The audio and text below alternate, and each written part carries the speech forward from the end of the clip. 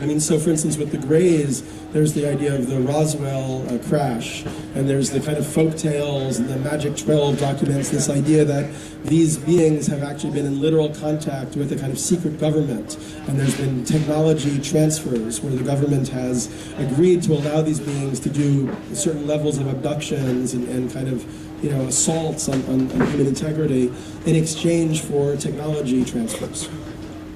And I think that is happening, but it's almost like it's not quite happening on this plane of reality. It's almost like it's happening on a slightly different level of consciousness, a slightly lower or different level of materiality. So I think it's just very hard, and it takes a lot of work to begin to pull this stuff into manifestation. And I also think that, in a way, when we look at this alien presence, like, once again, I was talking yesterday about changing our idea of time. You know, I mean, if you think about the idea of history, history itself is a historical concept. You know, people 10,000 years ago didn't believe in history. They didn't have history. They believed in dynasties. They believed in myth. You know, indigenous people, Aboriginal people, like in Australia, they live in the first day. You know, for them, every day is the first day. There's not a historical progression leading to some kind of transformation. So in a way, history itself is a historical concept. And at a certain point, we might flip from history into a different construct for understanding time and temporality. And we might even go back to a certain extent to reintegrate a kind of mythological or mythic realization of temporality. So looking at it in that respect, you know, rather than saying that, you know, the aliens are here or they're not here, maybe this relationship with the other is something that's coming to presence in our human reality. And it's coming to presence in new ways and deeper ways as we go through this evolution of consciousness process that's been happening and is ongoing, to the point where we may actually, you know, I think, have, you know, literal meetings with ambassadors from galactic civilizations. And I personally am really looking forward to hanging out with these guys and seeing what's up. You know, Jamie, Jennifer, and I were talking earlier today about how, you know, why wouldn't there be something like a galactic federation? You know, we made it to this point. Why wouldn't there be huge numbers of species that had, you know, gotten much more further than we have, developed amazing, unbelievable technologies, both destructive and creative, you know, but the universe is still here, so somehow they didn't, like, blow everything up and create black holes, so they figured out how to harmonically work together and get stuff done and sort of keep things moving. You know, so I think that it's very likely that there's mainly a benevolent, you know, galactic presence of other species. And from that respect, there's no reason why they're not having a fine time watching us fumble through our, you know, ridiculousness as we try to evolve. You know. Yeah. My friend Michael, who's been studying the crop circles for years, he went to a channel to, you know, talk to the channel, then you could channel the crop thinkers, and he asked them, you know, what they thought of us. They were like, oh, you know, we love you guys. You're a bunch of bumblers. It's like watching like the Keystone Cops or something. You know? They find us hilarious. You know? So, you know, and then I'm also very interested in this idea that there might be all these different levels or types of alien presence. I was talking yesterday about Terence McKenna's concept that the psilocybin mushrooms are actually a kind of galactic intelligence. The galactic civilization, I mean, that's just a word that we made, but somehow they're a higher order sentience, and they move through the physical galaxy as spores on meteorites, and then they develop a symbiotic relationship with a mammalian species to evolve language, consciousness, and then bring us to this next galactic level of being. Arguelles came up with this concept that the Maya themselves might have beamed into a kind of galactic civilization. I mean, the word Maya is very interesting. That's the name of this the Yucatan classical Maya, because Maya in the Hindu language means the world of illusion. You know, or more specifically, it means the magical and creative power of the gods in being able to maintain the illusion of the physical universe.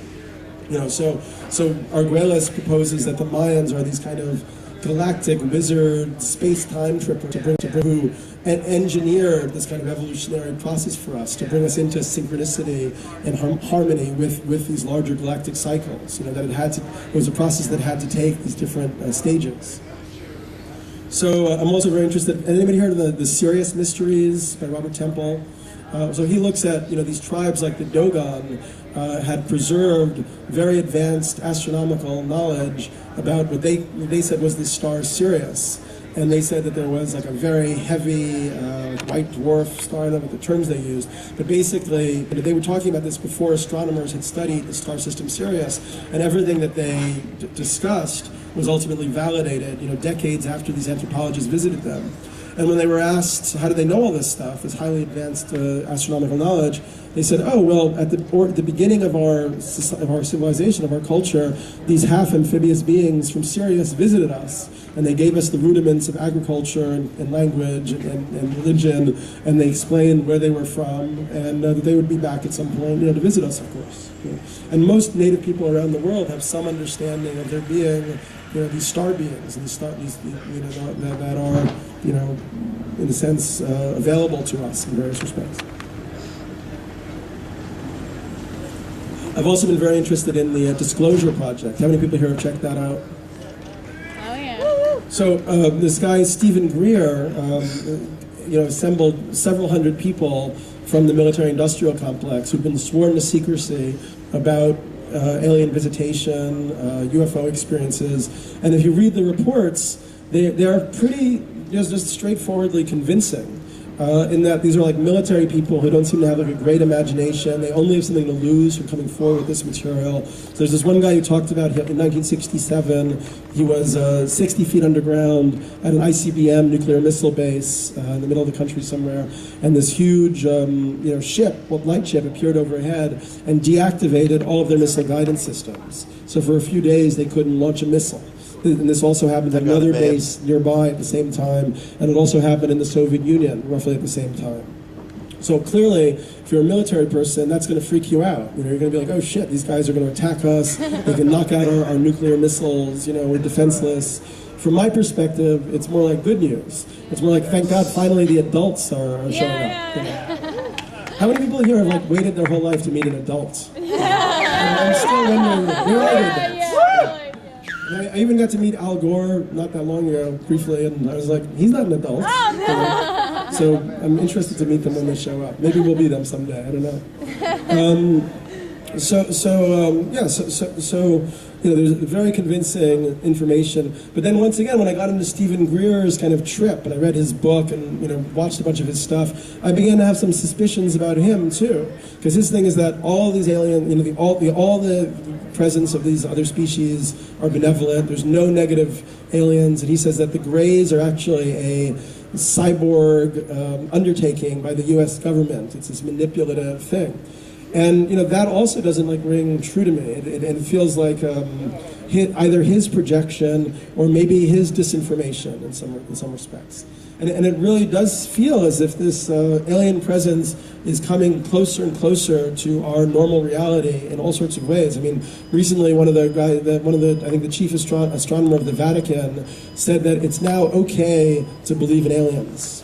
I mean, why would he come forth and say that? Why would he bother? And not only that, he said that the aliens would not have to be Christianized because they would not have had original sin. Right. And then the guy who'd been in the British intelligence working on studying their UFO thing came forth, and they started releasing all these documents about their UFO study program. So it seems like there's almost like a timed release of this information. And is it somehow connected to 2012? Has anybody looked into the ideas of Richard Hoagland? Sure. So Richard Hoagland is, there's a lot on the internet. And he has a lot of very interesting concepts. He was the one who discovered the face on Mars. He found these structures on Mars. He then felt that these structures were actually a teaching for us in this hyperdimensional physics, this kind of sacred geometry that absolutely fits in with the stuff that my friend Jamie's going to talk about tomorrow, that Nassim Haramein worked through, about this kind of underlying structure of space and time.